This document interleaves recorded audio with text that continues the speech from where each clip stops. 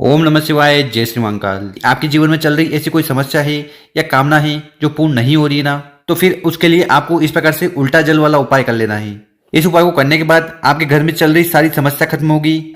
अब वो समस्या चाहे धन को लेकर हो, माता लक्ष्मी का आपके घर में वास नहीं है, आप मेहनत बहुत करते हो पर आपकी व्यापार में वृद्धि नहीं हो रही है, नौकरी में प्रमोशन नहीं मिल पा रहा है, या जीवन में कुछ न कुछ समस्या बनी रहती है, सुख शांति ही नहीं है, या आपकी कोई विशेष कामना भी है ना, तो तब भी आपको इस प्रकार से ये उपाय कर लेना है।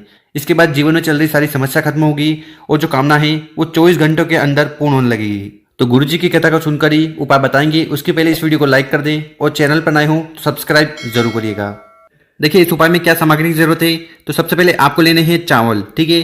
तो गुरुजी ने कहा है कि आपको 7 चावल के दाने लेने हैं और जो चावल के दाने लो वो कहीं से खंडित नहीं होने चाहिए। इस प्रकार से आपको अक्षत के दाने ले लेने हैं। इसके बाद जो अगली सामग्री हमें लेनी है वो है फूल, ठीक है। तो विशेषकर भगवान भोलेनाथ को सफेद फूल बहुत ज्यादा प्रिय है, तो आपको इस प्रकार से सफेद फूल ले लेने हैं। कितने लेने हैं तो कोशिश करना कि आपको 5 सफेद फूल मिल जाए। बस आपको जो केतकी का फूल आता है ना वो नहीं लेना है, उसके अलावा कौन सा भी सफेद फूल आप ले सकते हो। इसके बाद जो अगली सामग्री है वो है दुर्वा। क्या लेना है आपको? दुर्वा, ठीक है। तो आपके घर के आसपास जो घास होती है, ठीक, तो उस घास को आपको लेना है। और गुरुजी ने बहुत ही जोर कर कहा है कि आपको जो दुर्वा लेनी है ना वो 3 गांठ वाली लेनी है, ठीक है। तो जैसे जैसे दुर्वा बड़ी होती है उसमें गांठ आ जाती है। तो यहाँ पर आप देख सकते हो 1 2 3। तो इस प्रकार से आपको 3 गांठ वाली दुर्वा ले लेनी है, ठीक। और फिर आखिरी में आपको लेना है एक तांबे का लोटा और उस तांबे के लोटे में आपको अपने घर से जल भर लेना है। और इसके बाद क्या करिएगा कि आगे हमने जो 3 गांठ की दुर्वा बताई है वो इस जल के लोटे में डाल देना। 7 चावल के दाने हैं वो इस जल के लोटे में डाल देना। और जो 5 फूल है तो वो फूल भी आपको अपने घर से ही उस जल के लोटे में डाल देना है।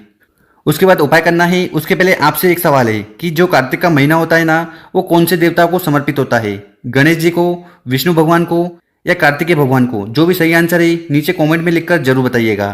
तो इससे आपका नॉलेज भी बढ़ेगा और लोगों को सही जानकारी होगी। फिर इस जल के लोटे को उठाकर आपको पहुंच जाना है शिव मंदिर, ठीक है। इस उपाय को आप सुबह शाम किसी भी समय कर सकते हो, पर गुरुजी ने कहा है कि विशेषकर इस उपाय को अगर आप प्रदोष काल में शाम के समय करोगे तो ज्यादा लाभ देखने को मिलेगा। और शिव मंदिर में जाकर सबसे पहले आपको दक्षिण दिशा में बैठ जाना है और आपका चेहरा उत्तर की ओर होना चाहिए।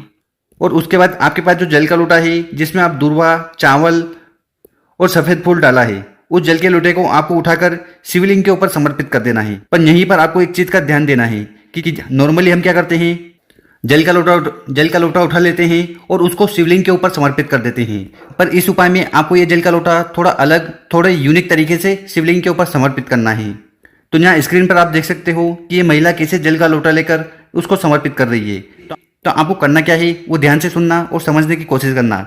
देखिए अगर आप यहाँ पर खड़े हो, ठीक है, तो आपको करना क्या है कि आपका जो हाथ है वो दोनों हाथ आपको शिवलिंग के उस साइड ले जाना है, ठीक है। तो इस प्रकार से आपको दोनों हाथ शिवलिंग के पीछे ले जाना और उसके बाद आपको जल का लोटा हाथ में पकड़ना और फिर उस जल के लोटे को समर्पित करना, ठीक है। तो यहाँ स्क्रीन पर देख ही सकते हो इस प्रकार से आपको उल्टा जल का लोटा शिवलिंग के ऊपर समर्पित करना है।